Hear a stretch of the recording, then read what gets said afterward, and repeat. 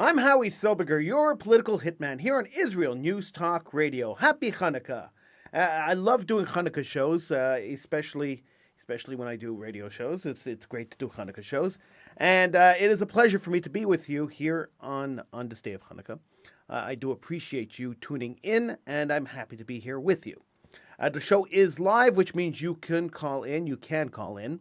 Numbers North America 301 768 4841. In Israel, the number is 0265 Don't you fret, because if you didn't write those numbers down, they are still available, and they are always available on the website at israelnewstalkradio.com. Not only that, there's, if you go to the website, israelnewstalkradio.com, you could also click on that chat room button, and I'm in the chat room with you for the entire show. So, well, it's a double whammy. You could call in and chat with me in the chat room on Israel News Talk Radio. So, Hanukkah is one of the most misunderstood holidays of the Jewish calendar. Many non-Jewish friends of ours mistake Hanukkah to be as important as Christmas. It is not to the Jews as important as Christmas is to the Christians. But it is an important holiday nonetheless. It celebrates the Jewish liberation from our oppressors. It celebrates the rededication of the Holy Temple, which was on the Temple Mount, the Beit Hamikdash, which was on the Temple Mount in Jerusalem. And it celebrates Jewish sovereignty over their own land. This is an extremely important holiday to Jews. And although it's considered a minor religious holiday, it is a particularly important holiday. But many Jews are still living under oppression. I want to tell you a little bit about that. I also want to talk a little bit about definition of the concept of hero. Every year for the past 20 odd years, I've been asking people, who do you consider a Maccabee? That is going to be the overlying question today. Who do you consider a Maccabee today? In the world today, so I want to hear about that, and I have a couple stories to share with you. All that here on Political Hitman. Join me in the chat room, IsraelNewsTalkRadio.com. Call in North America, 301 768 4841. In Israel, 0265 I'm Howie Silberger. Howie? Yeah.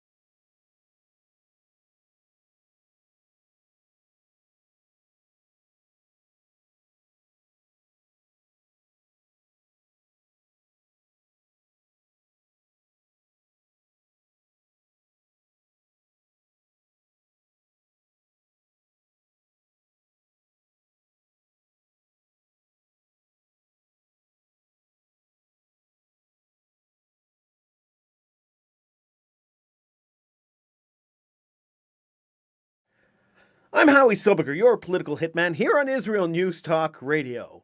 The numbers to call in North America, 301-768-4841. In Israel, the number is 0265 Join me in the chat room on IsraelNewsTalkRadio.com. And, of course, if you didn't write down those numbers, it's quite easy to get them. Just go to IsraelNewsTalkRadio.com, and they're right there on the top of the page. Simple as that. Life is easy, as they say. Life is easy. We celebrate the holiday of Hanukkah, the holiday of Jewish liberation, the holiday that celebrates the Maccabees reconquering the Temple Mount, reconquering the Jewish temple, the Beit HaMikdash, and being the and Jewish sovereignty over their own land, Jewish self-determination. We saw the same kind of self-determination in 1948 with the establishment of the State of Israel. Then we saw it again in 1967 with the reconquering of the Temple Mount. And Jews today, in general, live in peace and live in harmony, with their neighbors. Sometimes a little too much, like in North America, they live too much in harmony with their neighbors, that they start assimilating into their societies. And of course, the State of Israel exists, which is Jewish sovereignty over their own land.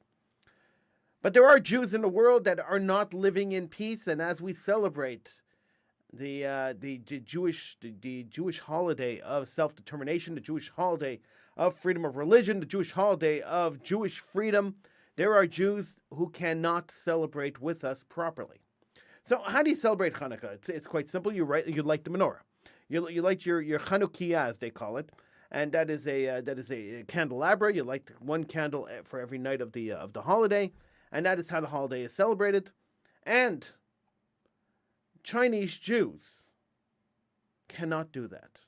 They cannot do it in public, at least. And when I read this story, it immediately brought me back. I'm not that old, but it immediately brought me back to 1492. At the beginning of the Spanish Inquisition, there were many Jews who refused to convert to Christianity, and by refusing to do that, they were either killed or they were driven into their underground bunkers. They were driven into their basements, where they started where above ground. When they weren't in the basement, they were celebrating Christian holidays and acting like pious Catholics. But in secret, underground, they were lighting candles, and they were lighting candles for Shabbat. They were lighting candles for Hanukkah, and they were practicing Judaism underground. These Jews later became known as the Moranos, but they existed for hundreds of years in Spain. Jews hiding underground and doing Jewish stuff underground while practicing Christianity above ground in order to survive. This is how they practice they refuse to give up their culture. Jews are very stubborn people. We don't give up our culture so easily. Now, while Jewish communities worldwide are celebrating Hanukkah, the small community in China must do so in secret, as Beijing works to crack down on foreign influences and unapproved religions in the country, the British Telegraph reported. The community in China is very minuscule, consisting of about 1,000 people, of which experts say only 100 are actually practicing. And they've lacked a rabbi for well over a century. However, it goes back over 1,000 years, having settled in Kaifeng. Even as it's at its height during the 16th century, it numbered just 5,000 people. And throughout the years, despite losing many of its members to conversions, wars, disasters, and more, the community has lived on through the passing down of traditions between generations. But as China has in recent years intensified its crackdown on unapproved religions, the community worries officials will start enforcing once again against them. Every time we celebrate, we are scared, a Kaifeng Jew, identified only by the name of Amir, due to fears of retaliation, he told the Telegraph, adding that they would work to ensure the Chinese authorities never catch wind of their activities. While much of the attention has been focused on China's crackdowns on other religious groups, including the 5 faiths recognized by the Communist Party, Protestant, Catholic, Christianity, Buddhism, Taoism, and Islam, Judaism is not recognized despite its long history within the country. Already, the Chinese leadership has worked to erase much of this long history. The Telegraph reported this included not only the removal of museum exhibits regarding the community's history, but also the razing of any physical trace of the community. This has included the removing of the remains of a 12th century synagogue, alongside stones with engravings of community tradition and heritage, some which date far back as the 15th century. They have also removed a few signs in Hebrew that one could be found in the city, and the spot where few practicing Jews once gathered to pray has now been covered with Chinese propaganda, a security camera, and reminders that Judaism is an illegal, unrecognized religion in the country. Jews are so terrified they even fear meeting together in public. Instead, they do so in secret, making sure on the holidays to find funds for kosher food and wine. Lacking access to Hebrew Bibles, they use Christian Bibles and simply disregard the New Testament. Despite this apparent crackdown on religion, some, such as retired rabbi and president of the Sino-Judaic Institute, Anson Leitner, don't consider this to be an instance of anti-Jewism, according to the Telegraph report. In fact, China has traditionally eschewed anti-Jewism altogether, with many Chinese people viewing Jews extremely favorably for their perceived success in achieving wealth and influence, as well as having accepted Jewish refugees during the Holocaust. And he isn't the only one to think so. In late 2019, Erica Lyons, chairwoman of the Jewish Historical Society of Hong Kong, defended China's history of acceptance and tolerance of the Jewish faith, telling the Jewish Chronicle that, in fact, Jews in Hong Kong have never suffered from anti-Semitism at all. In fact, the history works in their favor. Because Jews were treated like garbage all over the world, but the Chinese accepted them, Moshe Yehuda Bernstein, a researcher in Australia, has written The Kaifeng Jews Explained according to the Telegraph. It's something the Chinese would be proud of, yet recently in this clampdown on unofficial religion, they've taken away all historical evidence of Jewish presence in Kaifeng, which is absurd. And China appears to be well aware of this history, along with its foreign ministry writing to the Telegraph about this tradition welcoming Jewish refugees. So China knows that they accepted Jewish refugees. Of course they know they accepted Jewish refugees. And the Chinese community of Kaifeng, if they really wanted to keep it secret, they really probably shouldn't have spoken to a newspaper. That was probably a bad idea if they wanted to keep their practice secret.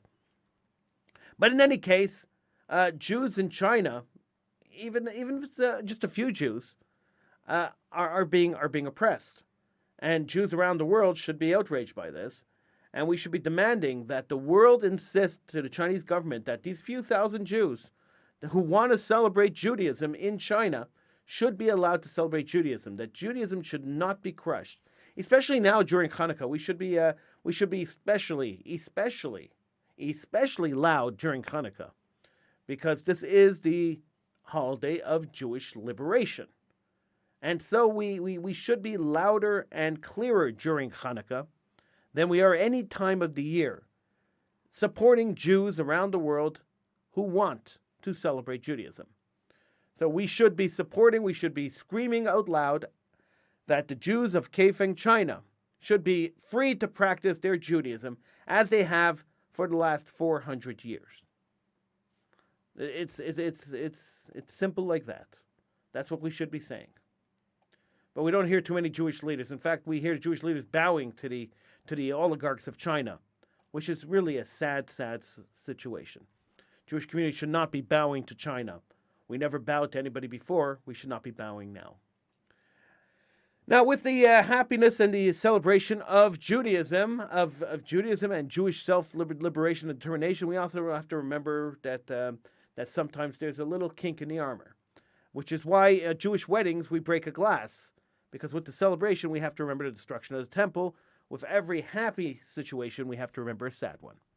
So let's talk about Hanukkah. 2 years ago, on the 8th night of Hanukkah, at approximately 9 p.m., Shira and Amichai Ishran, this is a letter written by their parents, our beloved children, were in a horrific terrorist attack while waiting for a bus at the Ofra intersection in Israel. 7 people were wounded, and sadly, Shira and Amichai were among the seriously wounded. Shira, who was in her 7th month of pregnancy, was shot in her thigh and was in critical condition. Miraculously, thanks to Hashem, Yitbarach, and the wonderful people that God aided in saving her life, she pulled through. Amichai suffered 3 bullet wounds to his leg. He underwent surgery and is presently undergoing long and painful rehabilitation. Their beautiful, sweet baby, Amiad Yisrael was born in an emergency C-section and survived for only 3 days. During these 3 days, the nation of Israel, in Israel and around the world, united and prayed for his full recovery and the full recovery of his parents. Thank God Shira and Amichai pulled through, but their baby Amiad Israel did not survive. The trauma to his tiny body caused by the attack was too great and he passed away. Shira and Amichai are still undergoing rehabilitation, physical and psychological.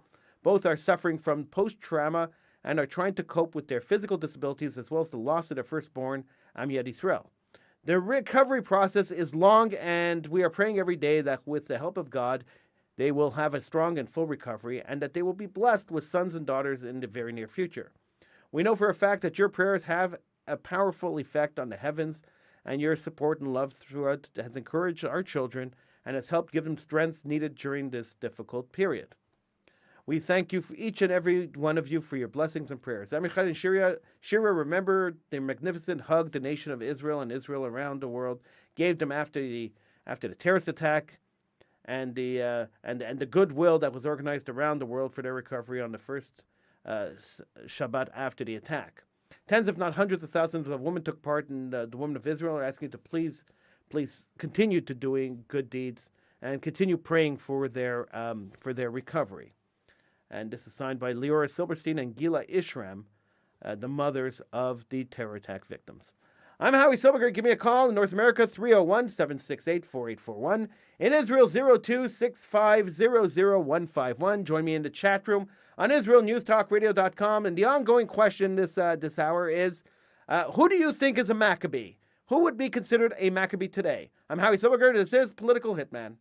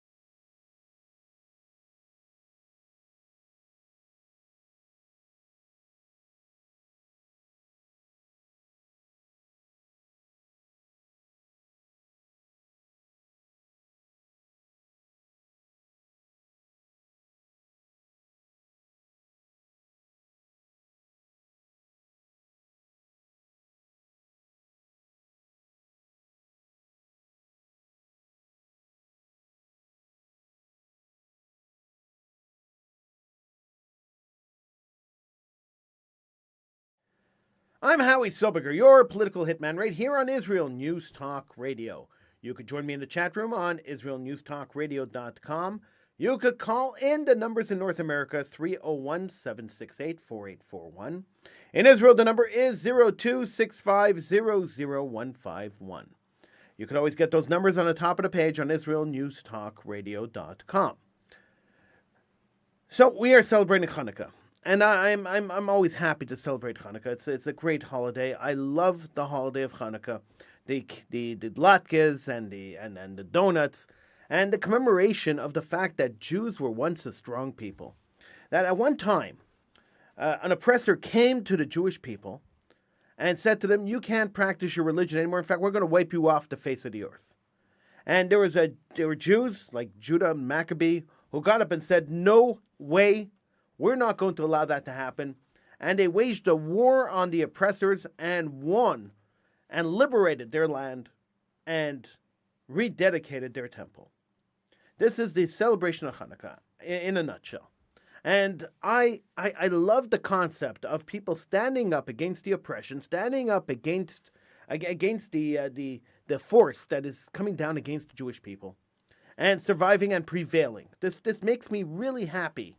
And when I see it in modern day, it makes me even happier. So 25 years ago, approximately 25 years ago, I started on my radio show, I started a tradition that I carry through every single Hanukkah. I've been doing it for about 25, 26 years now. And the tradition is, I ask the question, who do you consider a Maccabee today? Who in modern day would you say is a Maccabee? It is a question that sometimes I get interesting answers. Some years I get fascinating answers. Some years I get no answers at all. But I ask the question every single year. The reason I ask the question, and it's quite simple, and I wear my heart on my sleeve because I'm really straightforward and to the point. The reason I ask the question is because I think that when we think about who steps up to the plate to save the Jewish people, who steps up to the plate to defend Judaism on a regular basis, who steps up to the plate on a global level, on a local level, on a national level, to be there, to be there and stand up against our oppressors. And who are the oppressors of the Jews today? Aside from the Chinese, who are the oppressors of the Jews today?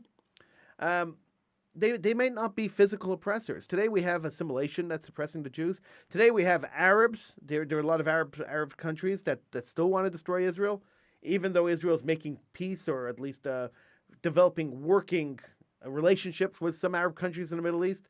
There are still many Arab countries that want to destroy Jews and destroy Israel. Iran has vowed, as well as Hamas, that they have vowed to wipe not only Israel off the map, but Jews off the map. So it's not only about Israel; it's about Jews around the world. They've vowed to wipe out Judaism and Jews around the world off the map. So Jews still have plenty of oppressors. Jews are still not allowed to go onto the Temple Mount to celebrate anything. In fact, if they're standing on the Temple Mount and it looks like they have a Hebrew book in their hands, they're thrown off, arrested, and there's a little bit of oppression going on there. So there's a lot of things still happening to Jews around the world, and even in Israel. Israelis still, I mean, they don't live in fear, but there is still that nagging fear of terror hanging over the air in Israel. People are still dying of terrorism, of people who are trying to destroy the Jewish people. There is still a movement, the boycott, sanction, and divestment movement, which has become a worldwide movement, whose sole goal is not the helping of the oppressed people of Palestine, as they say. It is actually a movement that's supposed to replace the Palestinian Liberation Organization, who thought that through terrorism they could destroy Israel. Here it's through economic sanctions they're trying to destroy Israel. So take it by killing people or take it by murdering the economy. Either way you want to go, these are people who are oppressing the Jewish people or trying to oppress the Jewish people. So when we have all this oppression going on and we have all these people who are being oppressed, I would like to ask, I'd like to ask you, who do you think is a Maccabee in the world today? Who would you consider Maccabees? Now there's the obvious answer, and the obvious answer that I would put forward and respectfully put forward is the Israeli Defense Force, the warriors of the Israeli Defense Force, and I consider all people who put on uniforms in the IDF warriors, whether they're on the front lines or not. If they're part of the IDF machine, they are warriors, and they are warriors that are there to defend Israel at all costs. And I would say that the Israeli Defense Force would qualify as the Maccabees today. Here they are, an armed force willing to defend the Jewish state of Israel, the Jewish country of Israel, to stand and defend it against all oppressors. And not only do they defend Israel, but they also defend Jews abroad. They defend and hold people responsible for their actions against Jews abroad. So defending Jews in Israel, defending Jews outside of Israel, they, in my opinion, are true warriors and true Maccabees. But there must be other people out there who are standing up and defending Israel. There must be other people out there who are standing up and defending Jews, who are fighting against the assimilation of Jews, who are fighting against Christian missionaries who are trying to destroy the Jewish people or convert them to Christianity. This has been an ongoing, centuries-long effort to rid the world of Judaism. So a second person I would put into the category is Rabbi Tovia Singer, who used to be a host here on Israel News Talk Radio. I put him into the category of being a Maccabee. He's on the front lines fighting Christian missionaries. Tovia is out there fighting Christian missionaries, and I put him on the front lines and put him into the category of Maccabee. But there are plenty of other people out there who consider Maccabees. So send me a message, call in, go into the chat room, and share with me who you think would be a Maccabee today. There are plenty of people out there, I'm sure, that I'm not aware of, who would be considered Maccabees today. Now, how do we define hero? This is the question. How do you define hero? So I consider Maccabees the Jewish national heroes, but how do you define heroes? Would you put a guy like Jonathan Pollard in that category? Would you say Jonathan Pollard is a Maccabee? He did give Israel information that America should have given Israel, but didn't give Israel.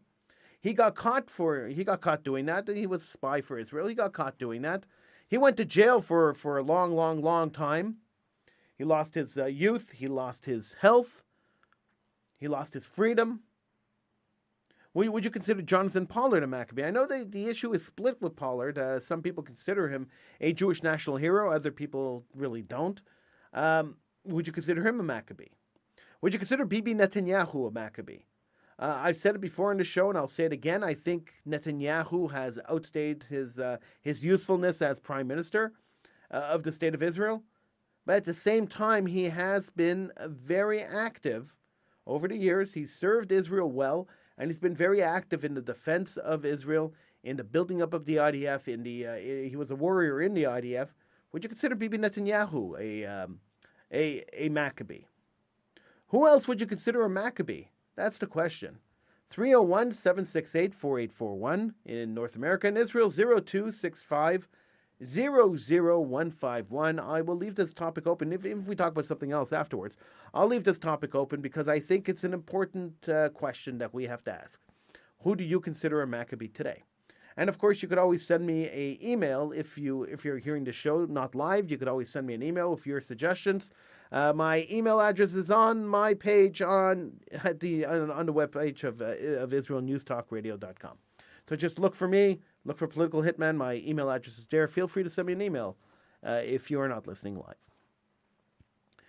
So a couple of weeks ago, we spoke about aliens. We spoke about UFOs.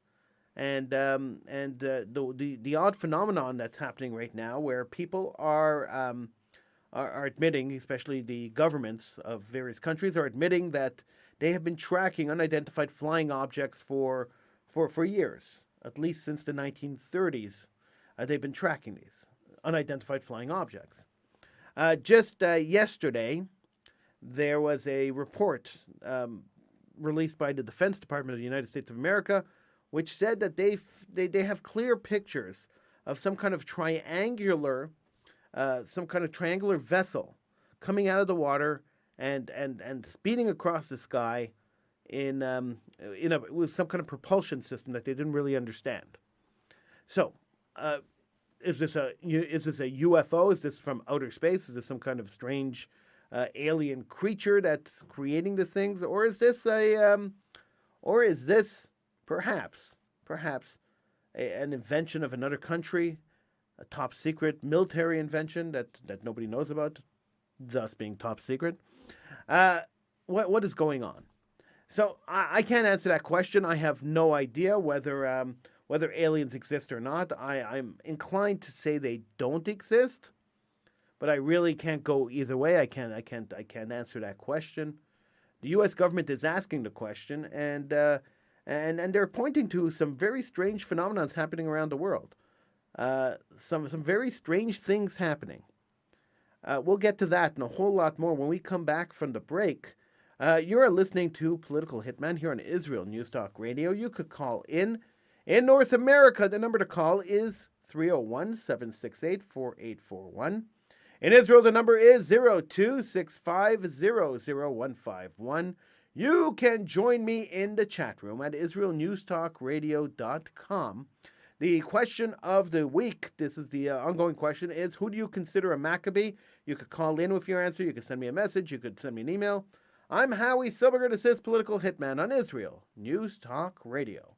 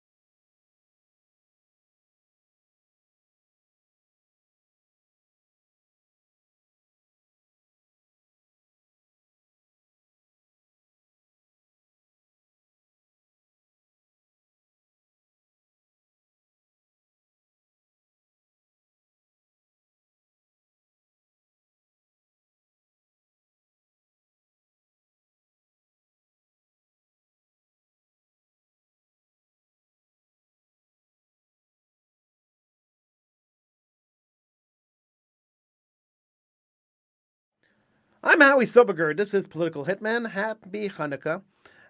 You could join me in the chat room at israelnewstalkradio.com. You could call in to this live broadcast. In North America, 301 768 4841. In Israel, 0265000151. I'm a little perplexed. And I like the word perplexed. I like using the word perplexed. I'm a little perplexed by this talk about aliens. and this talk about UFOs and unidentified flying objects and strange things happening, strange phenomenons happening. I have been a little obsessed. I'll admit it. I've been a little obsessed about these monoliths, these tall silver structures that have been appearing around the world. I've seen at least 30 articles saying that in this town or that town, in this country and that country, these strange metal pillars have appeared and then disappeared. There has been really no explanation as to what these pillars are or why they've been appearing and disappearing around the world. And I have no explanation for it either. I still don't understand why people haven't taken hammers to them or taken saws to them and tried to cut them open and see what's inside them, or put up cameras to see who is taking them up and putting them down and where they're going. Put a tracking device on them. We have the technology today to track this stuff. I mean, there is satellite technology taking pictures all the time of the world, taking pictures and video of the world all the time. So I don't understand why this is still a mystery, but it is a mystery. And I kind of like mysteries. I kind of like the great mysteries of the world, even though with technology we are kind of solving them all. It's a little disappointing when we solve them all. I was very disappointed when they found the Titanic. I was very disappointed when they discovered different things and debunked some of the myths that I grew up with, only because I kind of like the idea that we don't understand everything that happens in the world, nor should we understand everything that happens in the world. I'm a strong believer in that God works in mysterious ways, and humans are there to serve God, but we're not there to understand everything that happens. And so I'm big on the concept of I don't need to know and understand everything that happens in the world. It doesn't. My mind isn't big enough. My mental capacity isn't big enough to understand everything in the world. So I'm fine with that. I'm okay with that. A lot of people aren't, but I'm really okay with that. But something strange happened this week that I would like to share with you. It is a very, very, very strange story, and I want to share it with you because when I saw it earlier in the week, I said I have to share this on the show because this is really, really weird. In Mexico, a man found a coin. Now, nobody's covered this story. I haven't seen this covered in very many newspapers, but let's take a look at the story. Very briefly, we'll look at this one. For a long time, there was this concept of alternative universes. It's been used for plots for a novel or simply a story or a movie. But there are many people who wonder what their life would be like in a parallel universe, or if there is an alternate version of themselves in another dimension. For scientists, they've also spent a lot of time investigating the potential of alternate realities for decades. Over the years, scientists have exposed multiple theories, some of which have real evidence to back them up. So if any of these theories is correct, there is a universe somewhere different from ours. One of the most popular theories of an alternate universe is the string theory. Now, according to this theory, we live in a multiverse of 9 dimensions, with only 3 dimensions visible to us. Since we only exist in 3 dimensions, our universe would look flat, like a sheet of paper. On the other hand, the way in which the other dimensions would expand would be among the timelines and possible situations. That said, alternate versions of our world could be almost identical or totally different. However, it is only about theories. But what will happen if someone discovers evidence of the existence of a parallel universe? So, there's a video posted on YouTube which shows a man who claims to have discovered a Nazi coin, apparently from the year 2039. Now, the video appeared on YouTube. We, of course, are in the year 2020. 2039 is not for almost 18, a little less than 19 years from now. We are, and this video appeared on YouTube, which means that we have to take it with a little bit of a grain of salt because it could be fake. But it's interesting nonetheless to talk about. Apparently, the mysterious coin was found by Diego Alvarez in a work in Mexico. Alvarez explains that what caught his attention was that when he read the inscription and saw the date in the Reichsmark was 2039. It had the symbol of the Nazi Party and the eagle and the swastika, and a few words written in Spanish that said New Germany Nazi coin of the year 2039. Now, in Mexico, there is a state called Nueva Almería, located in the municipality of La Concordia, the state of the Chiapas.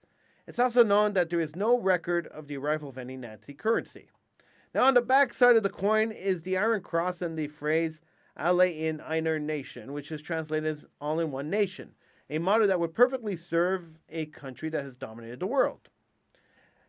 As the new video has gone viral on the internet, many conspiracy theories have claimed that it is a coin from an alternative future where the Nazis conquered the world, developed time travel, and sent money back to the past, where certain currencies ended up in our reality.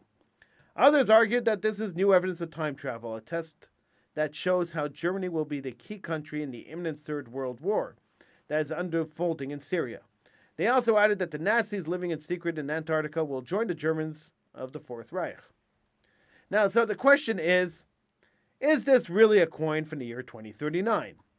So, in the first place, there's no way of knowing if the year 2039 is written on the coin, or at least not with the images provided. The number 39 is clear, but it could be the year 1939, because the currency has supposedly been sent to a university for examination. We cannot know if the date that is written until the results are revealed. Then, if it's a coin, a silver coin supposedly from the year 2039, if we're an electronic device or electronic currency, there would be no doubt. However, we're talking about a nation that has managed to achieve travel over time and continues to use silver as a currency in the year 2039. So, could this be real? Probably not. So, what could be the explanation? First, there's an inscription in Spanish that says New Germany. Mexico was never an ally of Nazi Germany.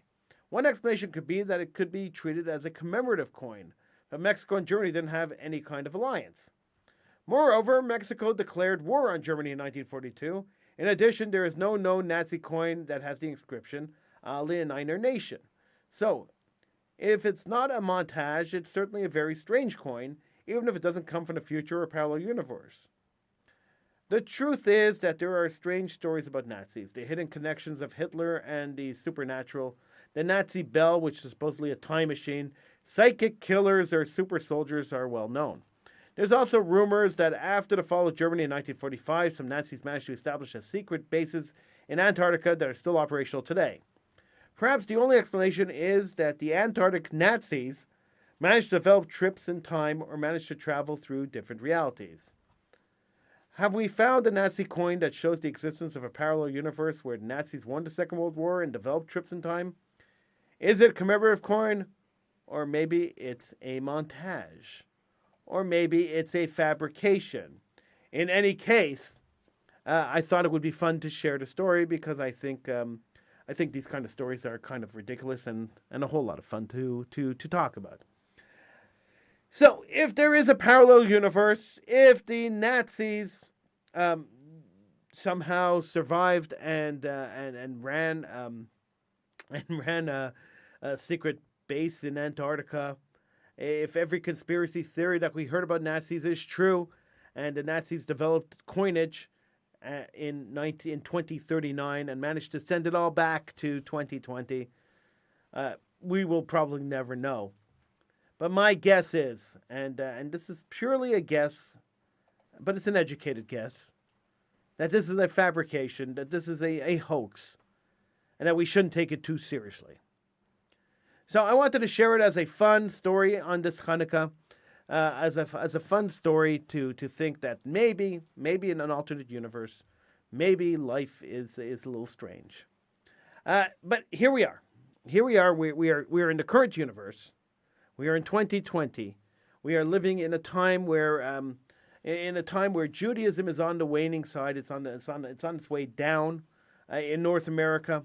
In a time where Jews in Israel are under constant attack. It's a time where Jews in China are being oppressed. Here in 2020, we must stand up and we must fight for freedom. We must fight for the liberation of the Jewish people, even though we have the state of Israel, the continued liberation of the Jewish people. We must fight for Jewish survival of the nation and the religion. We must continue the fight for Torah. We must continue to fight for truth. We must continue to fight for morality. We must continue to fight for Jewish freedom and liberation everywhere. We must continue to fight to get Jews from everywhere to move to Israel, to come home, to be in their land, to be in their country, to live and to love the Jewish people and the Jewish religion. We must continue to fight for the word of God and the will of God. We must continue to fight for Jews to accept the word of God, to practice the religion of God, to practice the lifestyle that God has given the Jewish people. We must light the candles and spread the light among the nations. We must light the candles and let the light shine. Let the light of Judaism shine amongst the nations and amongst the Jewish people. Let the lights of the menorah bring you back. Let the lights of the menorah remind you that we are Jews. We don't have to be like everyone else. Being different is good. Standing up for our rights is great. I am Howie Soberger. This is Political Hitman on Israel News Talk Radio. I'll see you again next week. Thanks for listening.